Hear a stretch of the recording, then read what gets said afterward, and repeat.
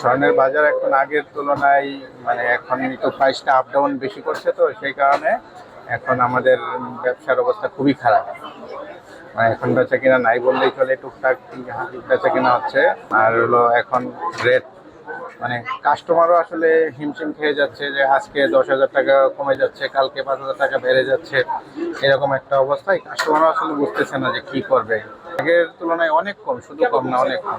এই যে বাজার তারতম্যের কারণে ক্যারেট 2,47,977 টাকা, আর 21 ক্যারেট হলো 2,36,721 টাকা।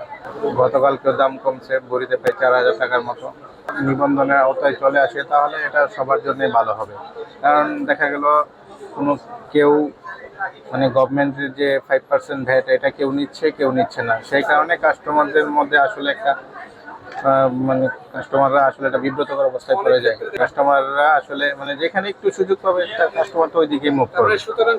আসলে আর সরকার যদি এটা সবার উপরে বাধ্যতামূলক করে দেয় তাহলে সবার। আমাদের 3টা শোরুম। না, এখানে একটা বসুন্ধরা সিটিতে বাইতুল মোকাররমে আছে, আর যমুনা ফিউচার পার্কে।